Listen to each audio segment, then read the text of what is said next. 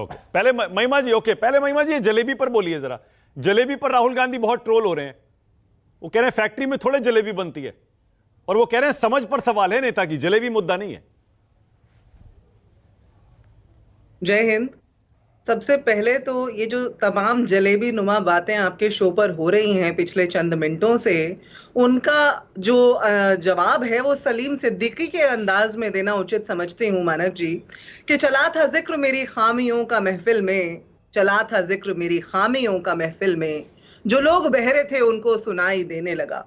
ये बहुत अच्छा कर रहे हैं, अपनी विफलताओं को जलेबी की तरह गोल गोल घुमा करके पूरे हरियाणा की उस जनता को भी सुना रहे हैं, उस सेक्शन को भी सुना रहे हैं जो शायद चुनाव से विमुख रहते हैं या नदारद रहते हैं अपनी जिम्मेदारियों के चलते या किसी वजह से। तो आज हरियाणा का बच्चा बच्चा बुजुर्ग और हर जवान पहलवान किसान आज भाजपा के प्रवक्ता की जलेबी नुमा बातें सुन के ये उन्हें बताना चाह रहा है कि मातूराम की जलेबियां तो खाकर गए हैं राहुल जी, और उसका स्वाद तो कांग्रेस चखने जा रही है जीत के रूप में आने वाले चुनाव के परिणाम में। लेकिन भाजपा अपनी हार उस दिन मान चुकी थी जिस दिन 9 वर्ष 118 दिन के बाद मुख्यमंत्री बदला, और आज वो हार सर्वविदित हो चुकी है जब पोस्टर्स पे से खट्टर का चेहरा गायब है। ये 10 साल की बात कर रहे हैं, लेकिन जिस मुख्यमंत्री के कार्यकाल की बात कर रहे हैं उनका चेहरा तो इनके पोस्टर्स पर दिखाई नहीं देता।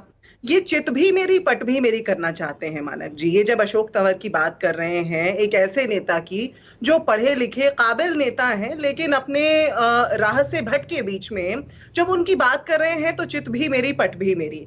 इन्होंने सुनीता दुग्गल का टिकट काट दिया अशोक तंवर को टिकट देने के लिए, लेकिन आज ये बात कर रहे हैं कि हमने उनको मौका दिया था।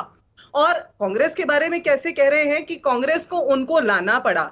ये जानते नहीं कि पैरोल करा करके और कोर्ट के अंदर सरकार अपना जो है हलफनामा दे करके ये पैरोल करा के अपराधियों को ला रहे हैं अपने चुनाव को मजबूत करने की विफल कोशिश करने के लिए।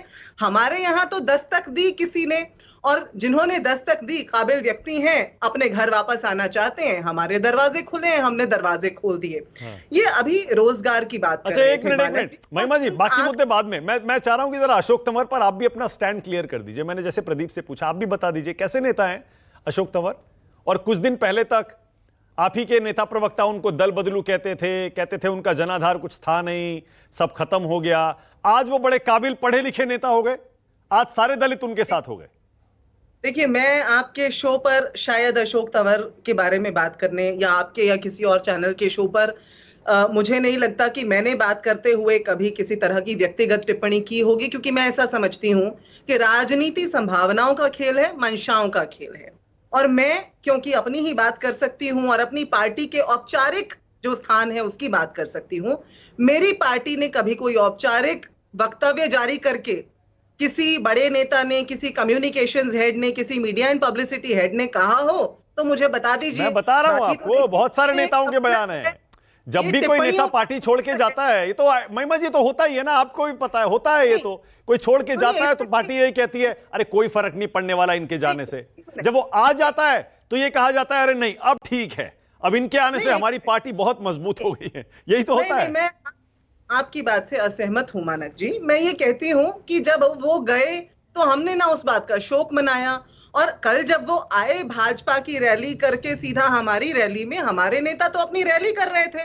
वो आ गए, जैसा मैंने कहा हमारे यहाँ पर जो है जो प्रथा है, घर पे आए हुए को मोड़ा नहीं जाता। घर पे आए वो आए, हमने उन्हें स्थान दे दिया बैठने का। अच्छा, एक सेकंड, बहुत बढ़िया, क्योंकि महिमा जी आप तो हरियाणा से ही आती है ना, आप तो हरियाणा से ही आती हैं, आपको कहानी पता होगी। जरा मुझे बताएंगे ये कैसे हुआ कि वो बीजेपी की रैली में थे और वहां से सीधे कांग्रेस की रैली में आ गए?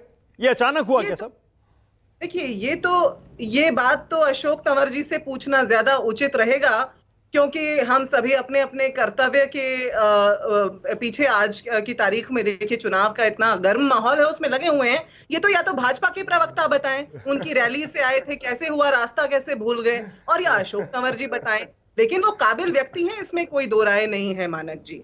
और ऐसे काबिल व्यक्ति को भाजपा आज चाहे जो मर्जी कहना चाहे, लेकिन उन काबिल महोदय ने, अशोक तंवर जी ने एक बात बड़ी स्पष्ट कर दी है कल जब उन्होंने वक्तव्य दिया या आज भी कांग्रेस पार्टी के मंच से एआईसीसी से जब उन्होंने वक्तव्य दिया तो उन्होंने स्पष्ट तौर पर यह कहा कि अगर पिछड़ों की दलितों की आवाज उठाने वाली कोई एक पार्टी है तो वो कांग्रेस पार्टी है और मैं उस पार्टी का दामन थामना चाहता हूं। अब भाजपा ने ऐसा क्या कर दिया उनके साथ? अच्छा, किरण चौधरी और श्रुति चौधरी कैसी नेता है? किरण चौधरी और श्रुति चौधरी कैसी नेता है? ये देखिए, ये तो आप ऑपरेशन लोटस से वाकिफ हैं मानक जी बहुत अच्छे तरीके से। आज तो पूरा विश्व बहुत अच्छे से वाकिफ है कि भाजपा की राजनीति किस तरह की है। आज उन्हें अपनी ही राजनीति का स्वाद चखना पड़ रहा है और अभी अच्छे से स्वाद चखेंगे 8 अक्टूबर को। नहीं, मैं पूछ रहा हूं वो दोनों कैसी नेता हैं? किरण चौधरी आप तो जानती हैं उनको अच्छे से, एसआरके था ना, एसआरके हरियाणा में कांग्रेस में, और उसमें से के चला गया था, तो वो के अब कैसा है? देखिए मानक जी, क्या है, मैं समझती हूं आपका शो और उस आपका विवेक और आपका शो जो है, मुझे लगता है वो व्यक्तिगत टिप्पणियों से बहुत ऊंचा है। मुद्दों की बात हरियाणा की जनता, एक मिनट महिमा जी, एक सेकंड महिमा जी, ये फेयर नहीं है। देखिए, ये दिस इज नॉट फेयर। मैंने निजी टिप्पणी के लिए ना कोई सवाल पूछा है और ना मैं निजी टिप्पणी चाहता हूं। राजनीतिक मुद्दा सुनिए ना, मेरा सवाल सुन लीजिए आप। अब आपने वो अशोक तंवर का मुद्दा ऐसा हो गया पिछले कल से लेके और आज तक का, फिर अशोक तंवर पर मैंने प्रदीप से भी पूछा और टेढ़े सवाल पूछे, आपने देखा, गुगली भी थी उसमें। इसीलिए मैं आपसे किरण चौधरी भी पूछ रहा हूं। हर पार्टी यही करती है। मान लीजिए ना, कोई नेता जाता है तो कहते हैं इससे कोई फर्क नहीं पड़ेगा, वो आज जाता है तो कहते हैं अब देखिए इसके इस समुदाय के इनका सारा जनाधार हमारे साथ आ जाएगा। किरण चौधरी के बारे में अपनी राय आप बता दीजिए, श्रुति चौधरी के बारे में बता दीजिए। मानक जी, मेरी राय तो ये है कि ये जो भारतीय जनता पार्टी ने हरियाणा में और पूरे देश भर में जो पॉलिटिकल डिस्कोर्स को भ्रष्ट करने का और उसको निम्न स्तर पर लाने का काम किया है ना, उसका हर्जाना पूरे देश को भरना पड़ रहा है, पूरे देश के वोटर को, जनता को भरना पड़ रहा है। ये ऐसा नहीं होना चाहिए। किरण चौधरी की आप बात पूछ रही हैं, एक विरासत वाली नेता हैं। श्रुति चौधरी की आप बात कर रहे हैं, एक दौर में जो है हरियाणा की यंगेस्ट आइकॉन हुई, सांसद बनी, उनकी काबिलियत पर कौन शक कर सकता है भला। लेकिन जो एक गलत ट्रेंड चला दिया भाजपा ने, तो फिर देखिए शकील आजमी कहते हैं कि कहां मिट्टी का दिया और कहां तेज हवा, जलते रहना है तो लड़ना मेरी मजबूरी है। तो इसलिए हर एक नेता को अपनी साख बचाए रखने के लिए जिस तरह से वॉशिंग मशीन में इन लोगों ने धोने का काम किया है, उसके बहुत सारे नतीजे, खामियाजे उठाने पड़े जनता को। ठीक है, लेकिन सुबह का बुला शाम को घर आ जाए तो उसे बुला नहीं कहते। अच्छा, राव इंद्रजीत सिंह आ जाएं अगर, तो उनके बारे में भी यही कहेंगे आप? ये तो देखिए, आप जो है मुझसे वो सवाल पूछ रहे हैं जो आपको मेरी पार्टी की आला कमान से पूछने चाहिए। वो ये उनके फैसले हैं और मुझे ऐसा लगता है जनता की हिमायत में, पार्टी की हिमायत में, विचारधारा की हिमायत में जो फैसला करना उचित लगता है वो जरूर वो करते हैं। ओके, प्रदीप जवाब देना चाह रहे हैं। हाँ प्रदीप बोलिए, उसके बाद आ रहा हूं, खान साहब भी आ रहा हूं। हाँ प्रदीप बोलिए, क्या कह रहे हैं?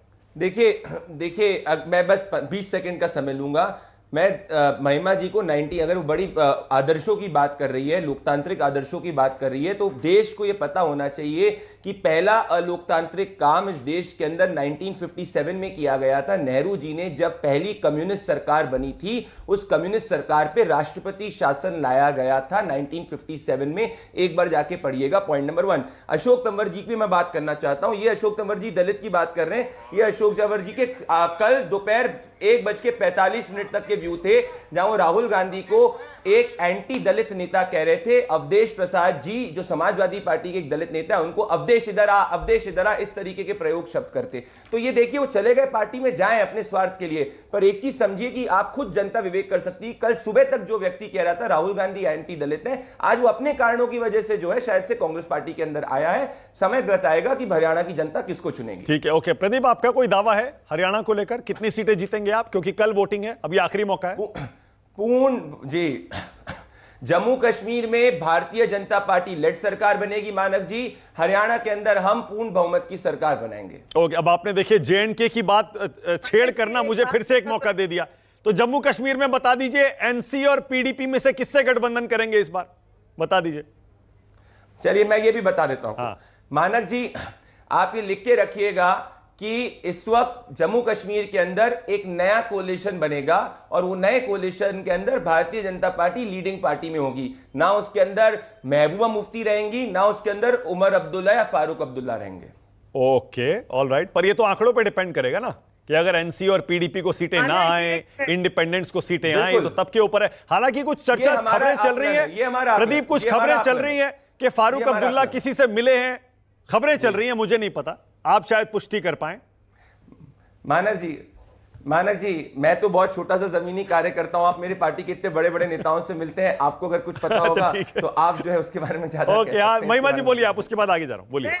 मैं ये कहना चाह रही हूँ कि जम्मू कश्मीर के बारे में ये कौन सी सूरत से टिप्पणी कर रहे हैं। 46 में से 19 सीटों भर पे तो इन्होंने अपने कैंडिडेट उतारे हैं, लोकसभा में तो एक भी सीट पर चुनाव लड़े नहीं, लेकिन उसके बावजूद देखिए हौसले कितने बुलंद हैं। ये लोग जो बोलते हैं सब चंगा सी 370 हटा के बिल्कुल ये संतुष्ट हैं, इनको वहां का हिंदू और मुसलमान इकट्ठा जवाब देने जा रहा है। वो जवाब इकट्ठा 8 अक्टूबर को जब हरियाणा में पटकनी मिलेगी ना, तो उस दिन जम्मू कश्मीर से भी धूल चटाने जा रही है जम्मू कश्मीर। अच्छा, तो महिमा जी, हरियाणा में कितनी सीटें आ रही हैं? आप तो वहीं से आती हैं, आप तो बेहतर समझते हैं। हरियाणा में मुझे लगता है पहले भी आप ही के शो पर मैंने कहा था कि सबकी उम्मीदें फेल हो जाएंगी, उतनी सीटें आ रही हैं। उम्मीदों से बहुत ज्यादा सीटें आ रही हैं, क्योंकि ये चुनाव जनता ने लड़ा है भाजपा के गलत मंसूबों के खिलाफ। भाजपा ने जो अपमान किया जवान किसान पहलवान हमारी बेटियों का, उस तरह की नीतियों के खिलाफ। तो इसलिए ये जनता का चुनाव है, और जनता तो आप समझ लीजिए कि सिंहासन खाली करो कि जनता आती है वाली सूरत हाल। ठीक है, ओके, ऑल राइट।